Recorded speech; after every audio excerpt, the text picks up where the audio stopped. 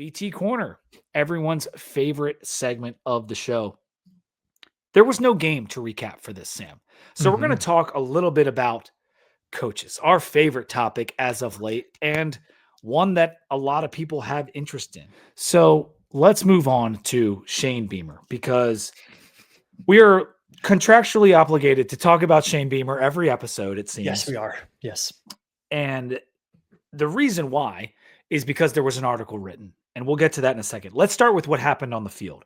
Oklahoma whipped up on Shane and the Gamecocks 26-7. It is not Cocktober, Sam. They are now 1-4 in the SEC, 3-4 on the year.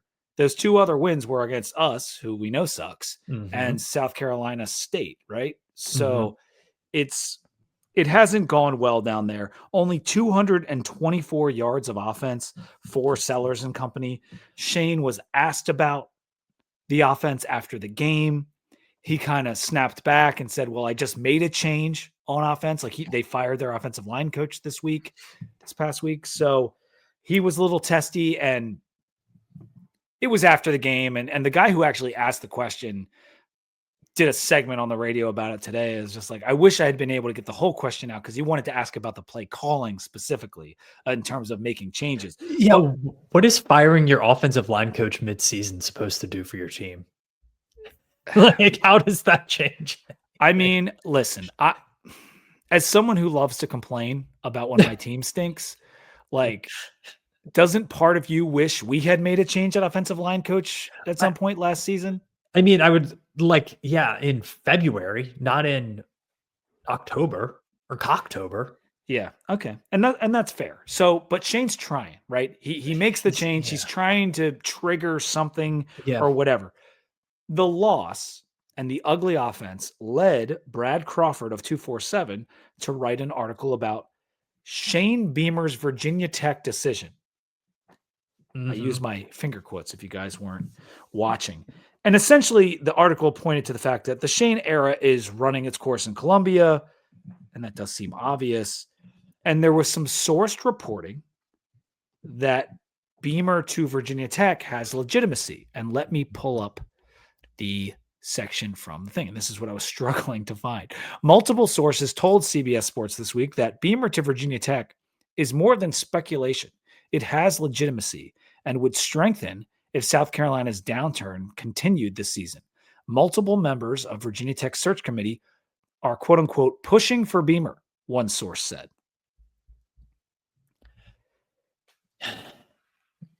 I mean, it's so...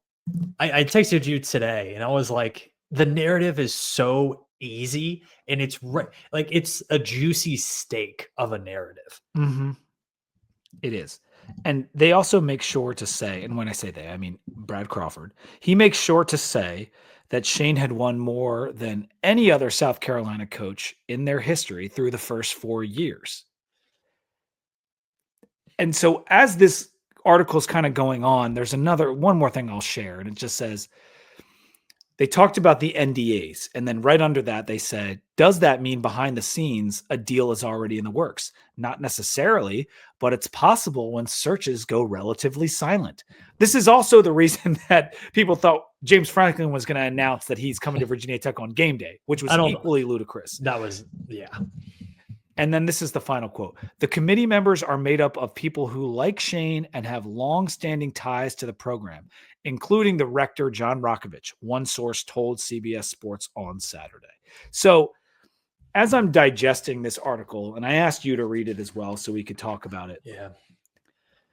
The whole story seems a little flimsy because it's essentially one source. It's like one guy who said, people on the committee like Shane. I mean, yeah, people on the committee coached with Shane.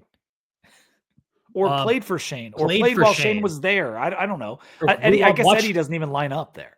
But like watched him grow up from little kid to player on team to coach on staff. Like Bud Foster likes Shane Beamer. He's a family member, essentially. Yeah, it's to me, it's again, the narrative, the storyline, it all lines up so perfectly. My issue with the Shane Beamer to Virginia Tech thing is twofold. One, financially doesn't make a lot of sense. He's making over $8 million a year at South Carolina, and that is without incentives. So you're looking at least probably $9 million a year in salary plus reasonable incentives that you're going to pay him. I don't think Virginia Tech is going to be in that ballpark. I don't. I don't think they're going Well, to have a 125% increase on head coaching salary year over year. I just don't think that's going to happen. Then second, you've been big on this with James Franklin. The "what have you done for me lately" vibes are not good for Shane they're because horrible. he has more talent on that South Carolina roster this year than Virginia Tech has had probably since like mid 2000s, It's been a while. like maybe some of the Tyrod Taylor years. It's been a long, long time.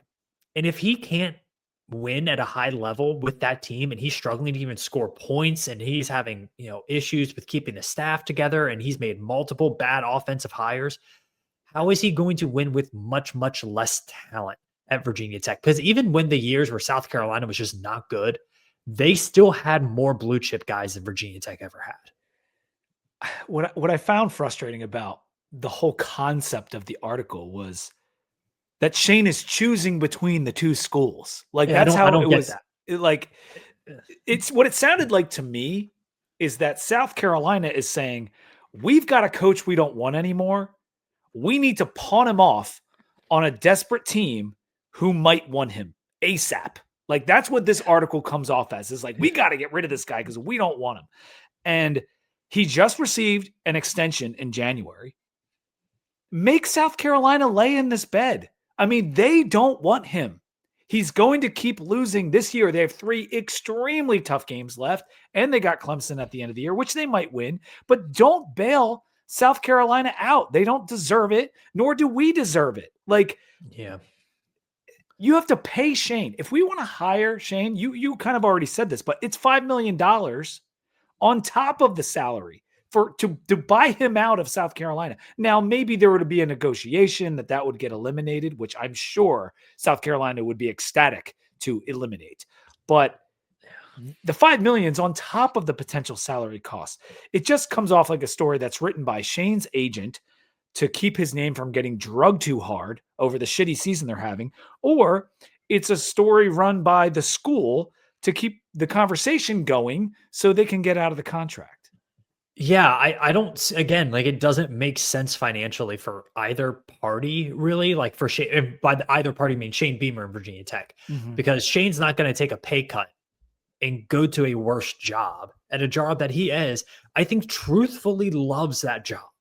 Like he's been aiming for that job pretty much He's his whole called it his career. dream job several times, and And I he's know got it. coaches say that, but like I really feel Yeah. like it is. And the players seem to love him.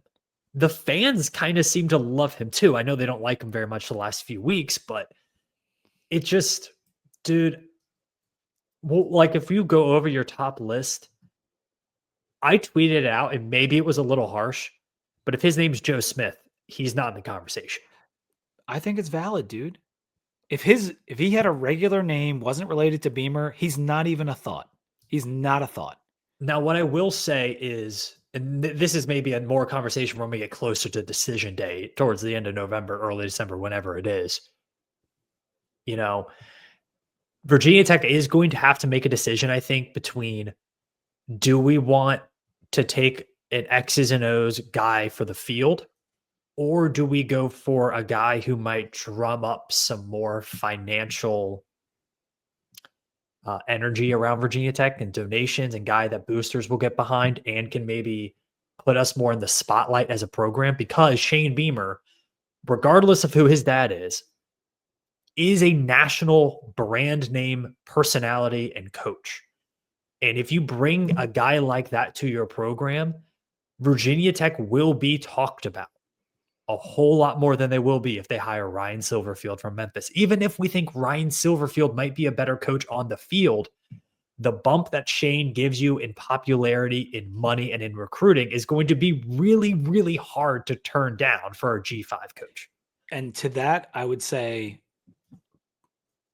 rather, I'd point over to Kenan Stadium when they took on TCU. Yeah, and how that that's went. that's a very good counter argument. We need to get you in that committee, Pete. Because you can win the PR, you can win the donors, all that shit, and then it can go horribly wrong. And I don't think it would go anything like what happened to Belichick. I don't. But the concerns with Shane are the way he coaches his team and the way he staffs up, highlighted by the Shula thing. He's got a sloppy team this year. They've massively underachieved. They didn't go bowling 2 years ago either. He's 16-21 overall in the SEC. And I know it's the SEC, but like that's not just a couple games under 500. Like, and it's going to look a lot worse here in a few right. weeks. It's probably going to finish like by the time this season's over, he's going to be 17-24 in the SEC. Like that's probably where it's going to be. Mm-hmm. And so you add up all of that stuff. Who are we going to be bidding against for him? Like that's what I keep coming back to. Like when guys get big contracts in the NBA, and then Bill Simmons asks, like, they're paying him $8 million. Who are they bidding against? Who will we be bidding against for shit? No one wants him. Nobody wants him. I think you're bidding against the toxicity of an SEC fan base. But for Virginia Tech, it makes zero sense. Mm-hmm. And the problem is these coaches have going rates. It's kind of like being a backup quarterback in the NFL. If I want to make one more analogy, is that for where we're going to be at, where we aspire to be, going rates of coaches, like you pay $6 to $8 to $10 million for a coach. Shane's going to get that. He's probably not going to take a pay cut if you ask his agent. Well, guess what? If you hire him, that means you're probably paying that amount despite who you're bidding against. Yeah. And that's just idiotic because no P4 team wants to hire Shane Beamer right now. I don't think there's one. Yeah. And what's so funny about it, Pete, is if it does happen, we'll talk ourselves into it. We have no choice. And it will like the energy around this program heading into that spring game would be off the charts. And that's the thing that they're like, they're talking about that in those meetings, man. That is part of it. He's going to recruit well. Although I will say about his recruiting at South Carolina, and BRM pointed this out to me, it's not really above what Muschamp was doing.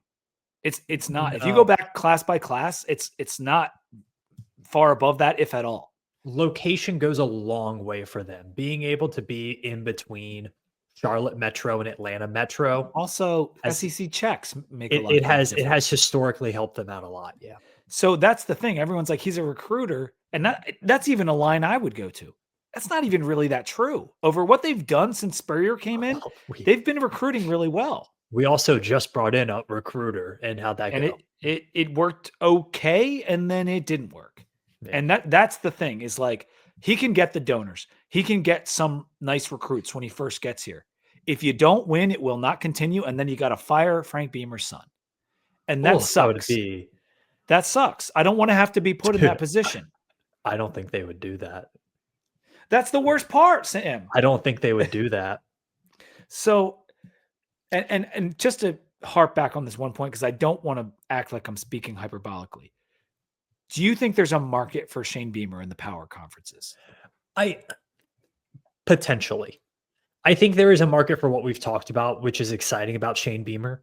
And I also think there is a market for the narrative that he has made a really tough job competitive. I think that is a market. I think if you were to go to some other power conference schools and say, would you rather have your current coach or Shane Beamer? They would say Shane Beamer. I think once you talk money into it in logistics, then it starts to be like, I don't know if because think about what are the other coaches you could get for $9 million? Of freaking just about anybody. Like you could get. Do we want to go over our list? Because pretty much everybody let's go on over list the list in 1 second. Let me just say, like, I wanted to finish this thought, and now I'm losing it. The Scott Satterfield reset is what I was going to go to. That's what the Shane thing would be. Is that Scott Satterfield he was going to be fired at Louisville. It was only a matter of time. And they wanted Brom, and Cincinnati decided they wanted Satterfield, and something got worked out. And now it's actually worked out for Scott Satterfield. He's 6-1 right now. Now it might not end very well this year, but like right now, it looks like all parties are better off. Could that happen? Yes, it absolutely could. It just kind of does seem like somebody who needs like just a few days sitting on a dock at Smith Mountain Lake might do Shane Beamer wonders. And you get to reflect on the first time you were a head coach. Like it's not as if it couldn't work out. Like things like this work out like that you don't expect all the time. Just that, as you already said, if he has a regular name and he's not related to Frank Beamer, like we're not considering him. Not many other people would be considering him, especially regarding like a buyout. He's gonna finish poorly this year. Now, maybe he doesn't. Maybe he wins 2 of the next 3 and South Carolina loves him. And we're not talking about this for other reasons, but this whole story, to go back to the very beginning, seems exactly like what we've been dealing with the Shane Beamer thing, which is the media desperately wants it to happen for the storyline. Yep. Okay. Let me put up this comment from Max and Cheese because it's going to link well. I really wanted James Franklin to have 3 hats on the game day desk and put one on to announce his next team. And we can still make that happen. He could go back on again. ESPN will sell out for anything. They got a lot of viewers, I'm sure, for that Franklin interview, which was a big nothing burger. But people tuned in, I'm sure. Mm-hmm. So in relation to that, I asked Sam to come up with his top 3 coaching candidates as of today, October 20th, 2025. Yep. And why don't you give us your number 3 candidate right now? And we'll just kind of get into like the conversation. Alex Golesh, current coach at South Florida, former offensive coordinator at Tennessee, offensive wizard, but maybe most importantly, his team plays like a bunch of maniacs that are possessed. It is unreal how hard that team plays for him. They want to beat everybody they play by 100. And I think that would do wonders at a program like Virginia Tech. He is number 2 on my list, and you had him number 3. So I'm, I guess, slightly higher on Golesh. He's 6-1. The only loss is to Miami. He's been over 500 all 3 years at South Florida, which isn't always the case. It sounds simple, but he went 7-6, 7-6, and now he's 6-1. He's built up. He's gotten more out of Braxton. He has currently the best positioned G6 team for the playoff. Of all the candidates that are out there, and I kind of listed them on Twitter, like USF has the best team. We'll talk about several candidates, but like on the field so far this year, USF has the best football team. And so that can go a little bit. They're ranked number 18. They're the only G6 team that's ranked. They're the only non-power school that's ranked. Did great work with Hendon Hooker at Tennessee as the OC for 2 years. Helped them get back with Heupel when Tennessee was really pretty bad when Heupel came in, and now they're back in the spotlight. Before that, he coached under Matt Campbell for 3 years. He was a GA at Ohio State, which is his alma mater. He worked under Jim Tressel, and he also worked under Gundy, another great offensive mind, as a GA back in the day. So, offensive guy has won at his G6 spot in it's not a tough place to win, but it's a place that hasn't always won with the advantages that they have. And there's a lot of competition for recruits in Florida. And so he's done well there. And if he makes the playoff, like that's incredible. And so good pedigree, good team. His team plays hard. Golesh checks a lot of boxes for me. He's my number 2 candidate. Who's your number 2 candidate? So before I say who the actual head coach is, he's a current head coach, I'm going to tell you who his offensive coordinator is. And I want you to see if this is a guy who you would like to bring in as a potentially low dollar offensive coordinator, like more bang for your buck offensive coordinator. If you remember the conversation we had last time about a key to making these work is a head coach who can silo off one side of the program, and then you have another experienced coordinator you pay a lot of money for, and they do that one. It was a 2-way player at Georgia Tech, 4-year letterman, interned at Ohio State, was a GA, senior quality control, and quarterbacks coach at Ohio State from 2016 to 2023. Saw a lot of winning football at Ohio State. And then the next year was the quarterback coach. And I really don't know what his other position was. He held some other position at Tulsa, and now he is with this head coach.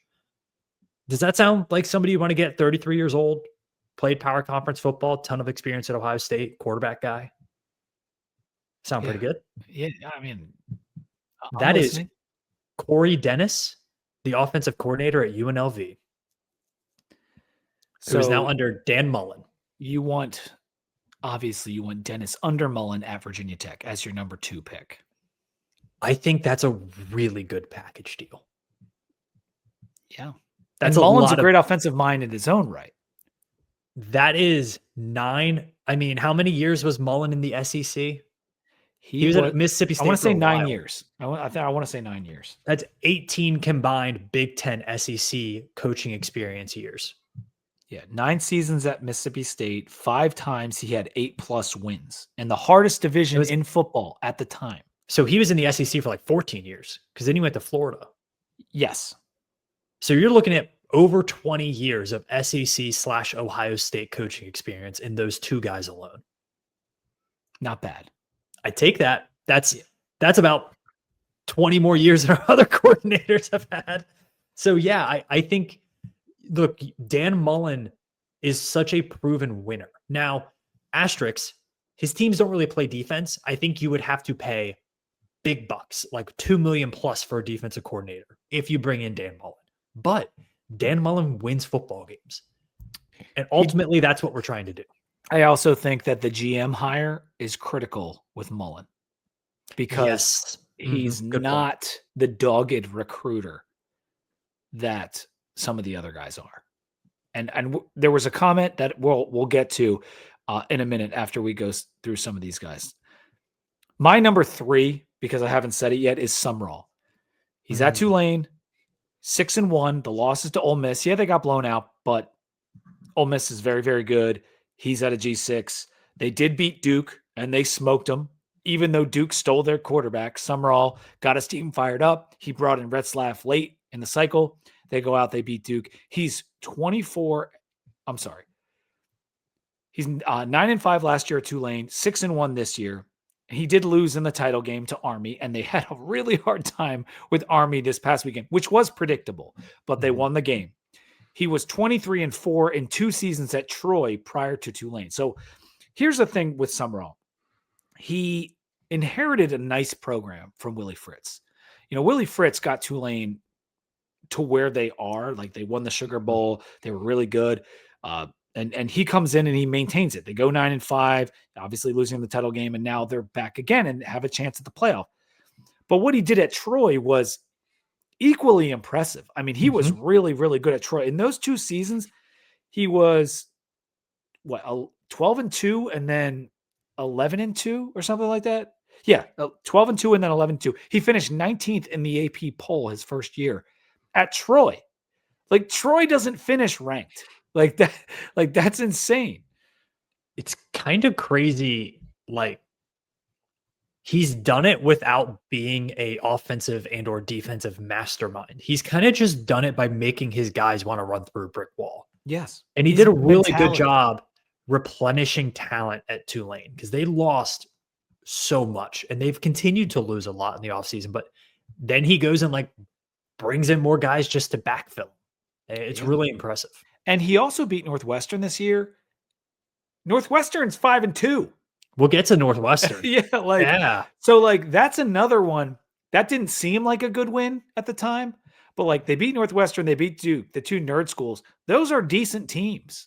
And so this Tulane team and the job Sumrall has done is impressive. And he's proven that he can win at 2 schools, which is, it's not just Fuente at Memphis. You know, it's 2 different opportunities to fail, and he's succeeding at both. And so that's important to me. So that's my number 3. Who's your number 1? Well, we should also mention that Tulane is also kind of a nerd school. So it is, but it's like it's in New Orleans. It's kind of like a cool nerd school. Yeah. It's a. Who's your number 1 candidate, Sam?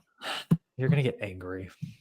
I know who it is, but I'm glad. I'm glad that one of us has to. Dude, it's put James Franklin. I'm the stake in the sorry. ground. I'm sorry. I don't The want funny it. thing is, I don't want it to be Pete. You know me. I don't want it to be, but it is. And it's like it's so mind-boggling that he could like I mean, 2 months ago, they were second in the odds for the national title, and now he could potentially come to Virginia Tech to be their head coach. Like, what a turn of events. I know. Yeah. And here's what does it for me for James Go Franklin. ahead. It's not he recruited Northern Virginia well and has experience in the area. It's not that, because recruiting is a national game right now. So I don't care how much time he spent at Stonebridge High School in Nova, okay? Which is like 5 freaking hours from Blacksburg anyways, okay? My thing about James Franklin is outside of for the vast majority of his career, both at Vanderbilt and at Penn State, he has won the games he's supposed to win. And if you're going to be a winning coach in the ACC, your schedule is chock full of games that you probably should win. I feel like that is, if Virginia Tech could just win the games they were supposed to win, the floor becomes 8 wins. And you hype onto that like some addition in recruiting and some addition in recruiting staff and quality assistant staff and all of that. Now, all of a sudden, the 9 to 10 wins every single year starts to become much, much more of a reality. So for me, James Franklin, his floor is so much higher than any other candidate Virginia Tech could get. And as a fan of the Hokies and seeing 500 seasons time and time again, and now under 500 seasons in 2 of the last 4 seasons, dude, give me 8-4. If I know I'm getting 8-4 going into the season, I'm pretty happy with that. Of course, except nothing's a guarantee. Not even James Franklin. It feels really close to it, though. It feels really, really close. And what I said online, maybe last week, was that Franklin, like, he has so few of the qualities I actually want in the coach that I would agree coaches on that. at Virginia Tech. Like, he does the same shit as Pry in game. Like, it's gotten a little bit better over the years, but like, he's not a good in-game decision maker. It's like, it's not Mario Cristobal level, but it's not good. Mm-hmm. He doesn't get his team mentally ready to play in the big games. And so every time we play against Miami in a critical spot, we're probably going to lose if we have James Franklin. His team doesn't play with their hair on fire like Alex Skolish's. He doesn't get the most out of his roster. Like, they had so much more talent than UCLA and Northwestern this year. And they were heavy favorites, one of which was at home. And they lost both games. And they lost the Northwestern game, which I know we just said Northwestern's decent. His back was up against the wall. He is coaching for his career, and he can't win the game. And the floor on James Franklin at Virginia Tech is not the same floor at Penn State. And I think you'd agree with that too. No, that's true. Okay.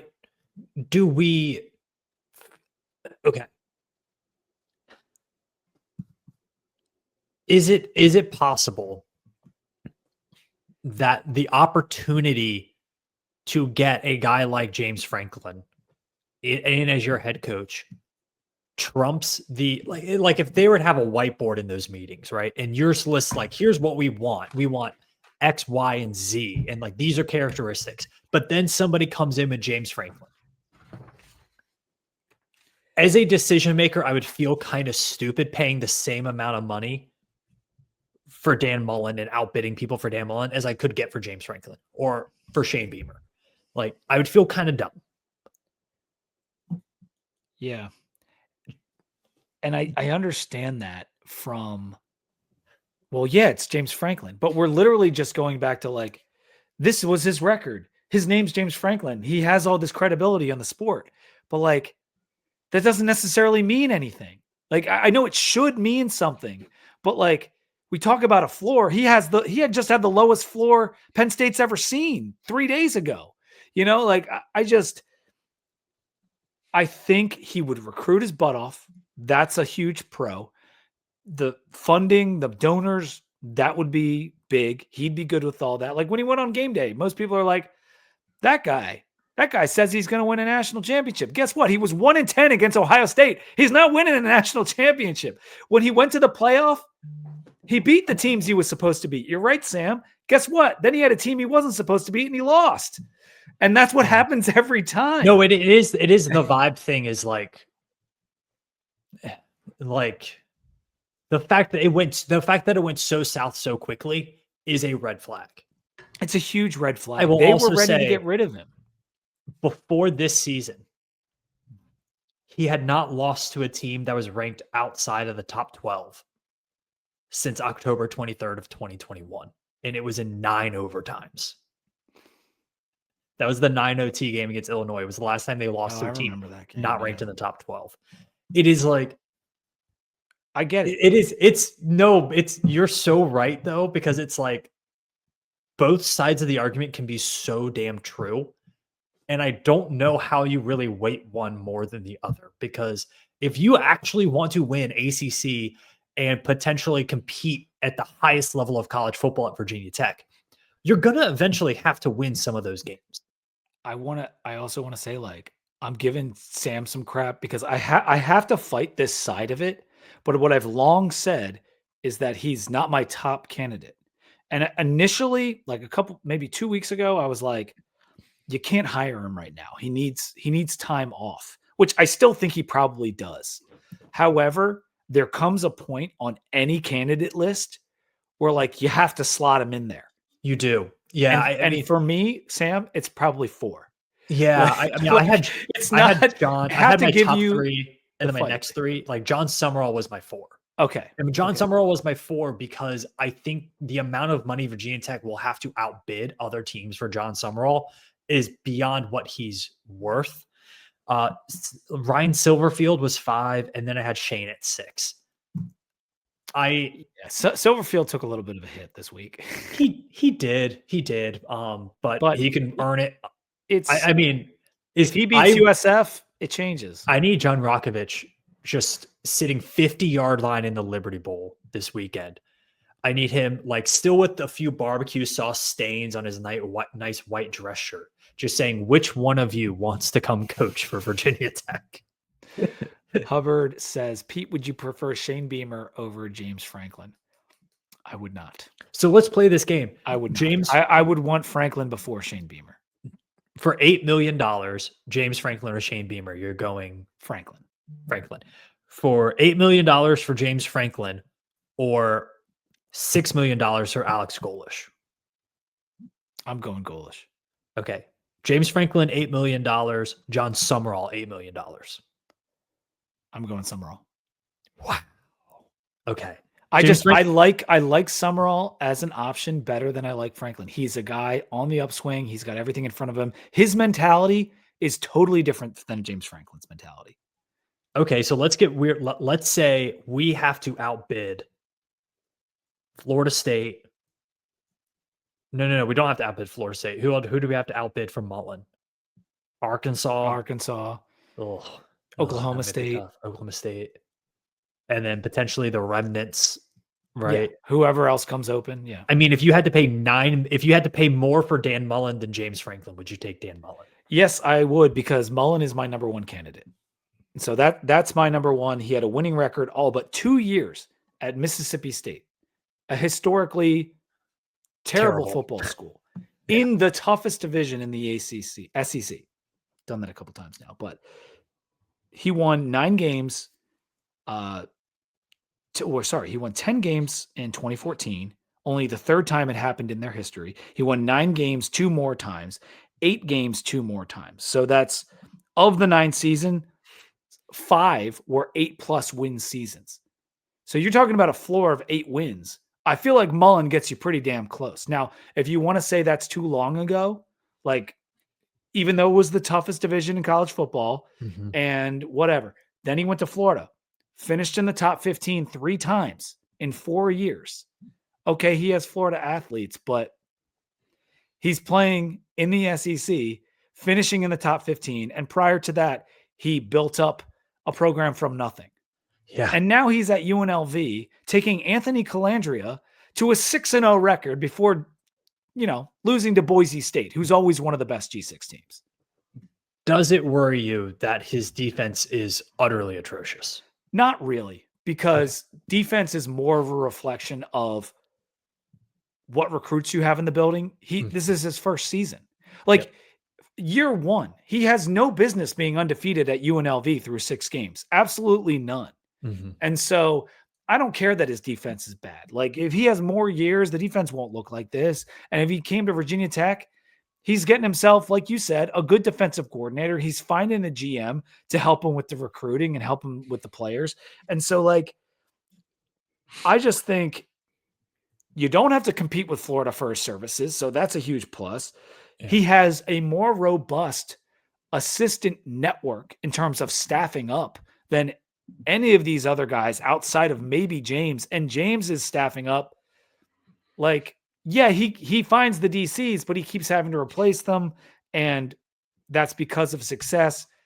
But it leads to the continuity with James Franklin is just tough. And offensively, it hasn't been there. He brings in Kolnicki and kind of awkward too. It took a while, and the offense is always awkward. Like Bo Pribula.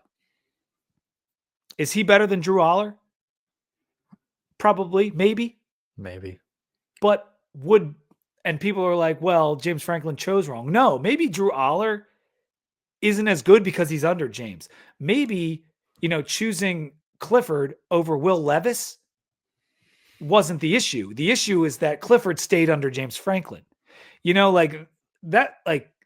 had the talent, but like all the offensive talent that stays with him doesn't seem as good as the talent that leaves. That's true. That's right. And that's Virginia Tech had that problem. Big time. So I don't want to settle. We could just list off names for hours. Yeah. 2 guys I do want to mention. One of them talked a lot about in-state guy, Bob Chesney. Bob Chesney is probably like, I don't know. He's down there, man. If Bob Chesney never really considered him. If Bob Chesney wins the Sun Belt and they go 11, they will end up going 12-1, winning the Sun Belt. Their only losses at Louisville. He will have won a lot of games in 2 years at JMU. Potentially playoff this year if they go 12-1 because the American might eat each other up. Could he play his way? Could he coach his way this season into? Yeah, I'd take Bob Chesney. Absolutely. Okay. Absolutely. Yeah. I agree with that. If you make the playoff or come close and if you win your conference and you're in the conversation for the playoff, that guy has to be considered. I mean, you have to. Yep.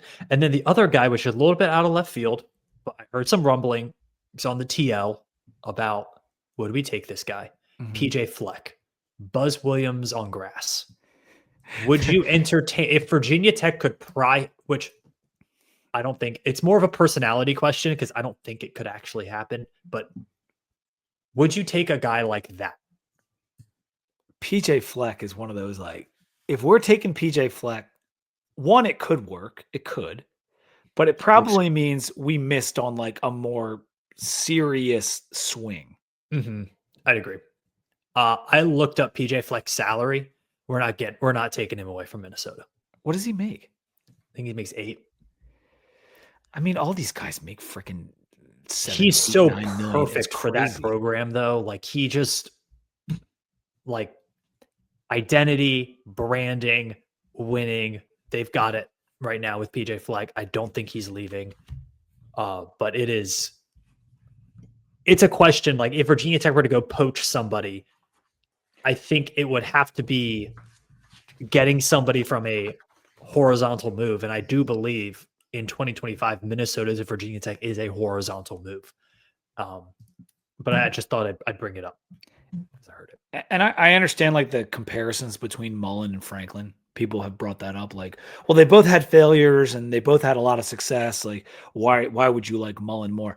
I just think like mentally, stylistically, schematically, Mullen is better in all of those ways. Like Franklin is a better recruiter, but Mullen is a better coach. Like he's just straight up a better coach. And that's why he's my number one. So it was Mullen, Golish, Sumrall for me. And like I said to Sam, Franklin's probably 4. And then honestly, after that, like it kind of drops off Now, if Matt Campbell were to come available, Sam, where would he fill? Like if he was like rumored, like Matt Campbell's interested, where would he go on your list? Matt Campbell would probably go somewhere between 4 or 5, somewhere around there. My issue with Matt Campbell, yeah. So here's my issue with Matt Campbell. Now, I was all up Matt Campbell. This is another. I do like Matt Campbell. This is another year though of Matt Campbell's teams. Like, they're missing something, and I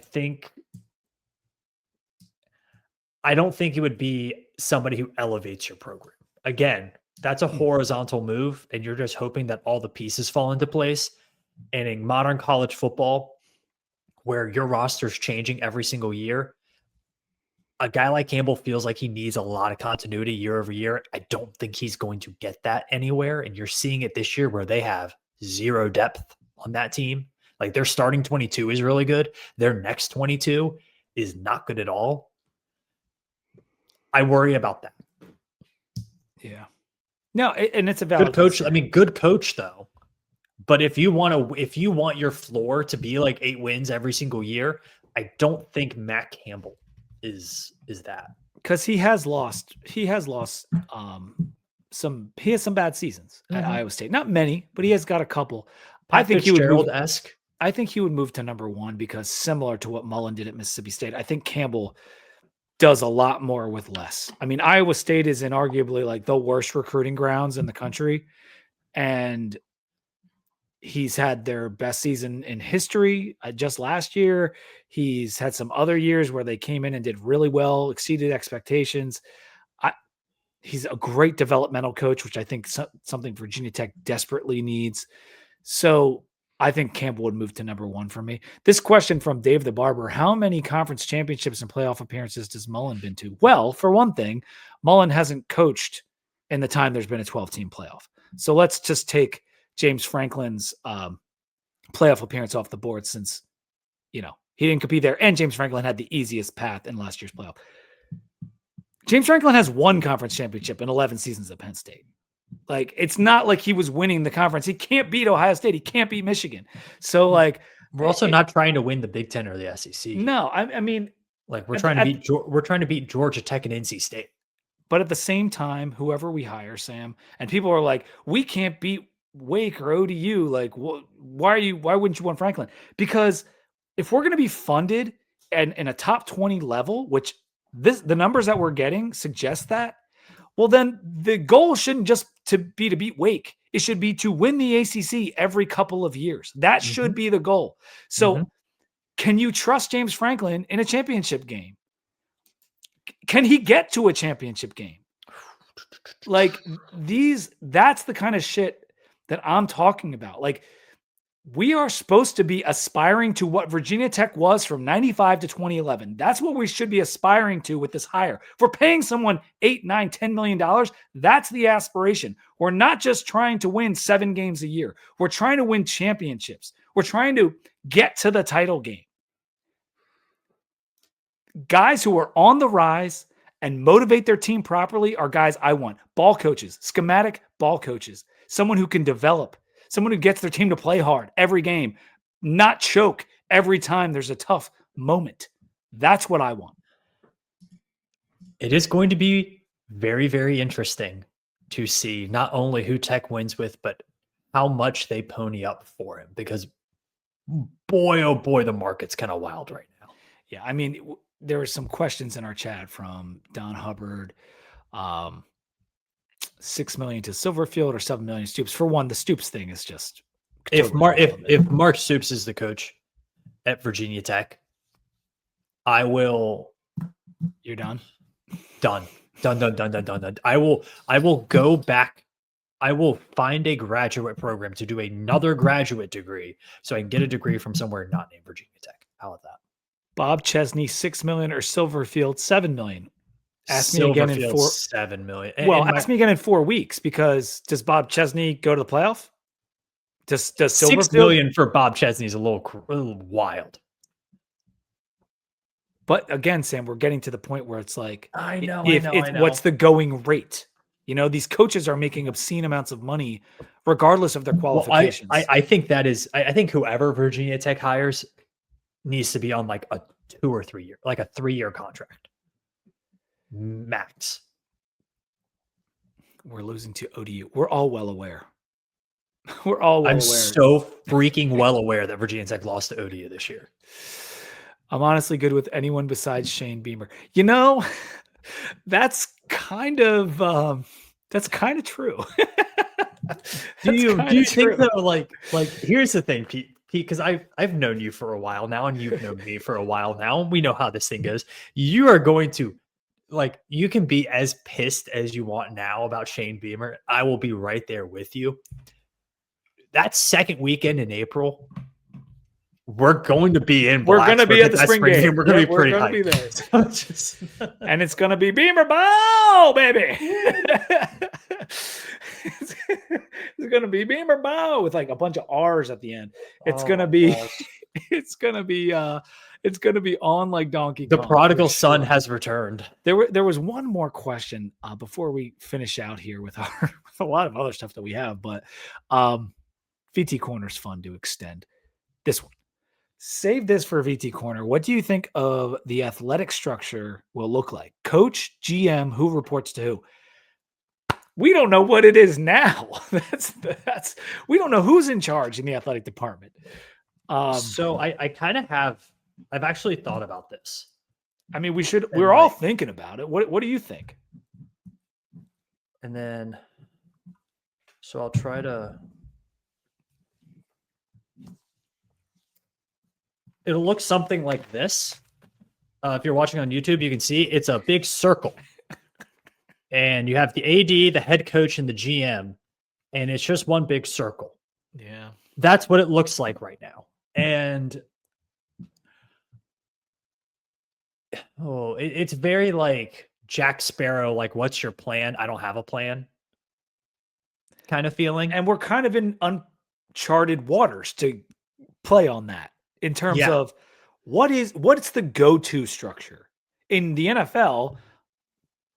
Sometimes the head coach is in charge. Sometimes the GM's in charge. Depends on the power of the head coach. But a lot of times the GM and the president work together and they kind of dictate what happens with the head coach. Mm-hmm. That's at the college level. Head coaches are the stars.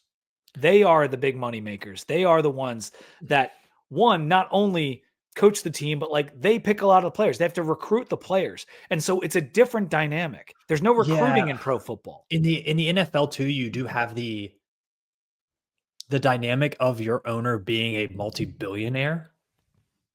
So like, Jimmy Haslam sucks. Everybody hates Jimmy Haslam. Jimmy Haslam's filthy rich, so he doesn't care. And Andrew Berry, the GM for the Browns, is below him. And then Kevin Stefanski, the head coach, is below him. And there's like a clear pecking order in pay. When your AD is making $1 million a year and your coach is making $8 million a year, who do you think is really in charge of that scenario? Because one of them is the highest paid employee in the state of Virginia, and the other one is just your athletic director. At the end of the day, the coach picks the players, recruits the players, gets the most money. He's in charge. He's the face of your program. He's the CEO. He will pretty much answer to no one except for the president and the AD when it comes to firing time. But every time that's not firing time, the coach is in charge.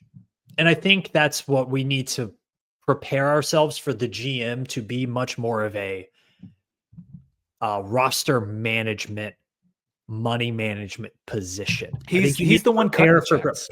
Yeah. I think you need to prepare for the GM not to be a NFL GM. But in terms of scouting and selecting and who they go after, that's where the GM could be important for a guy like Mullen. Like if you don't have a guy who's like a crazy good recruiter like Franklin, the GM could be potentially more important. Now, at the same time, a guy like Mullen, his name recognition, that's also going to recruit itself to a point. And also, you know what else recruits itself now? The checks. Like, oh, you want to come to Virginia Tech because you like it, but you like this school just as much? We'll pay you, $100,000, $200,000 more. That's what recruiting is now too. And so like, that's actually better for maybe guys that aren't great recruiters because they can just pay.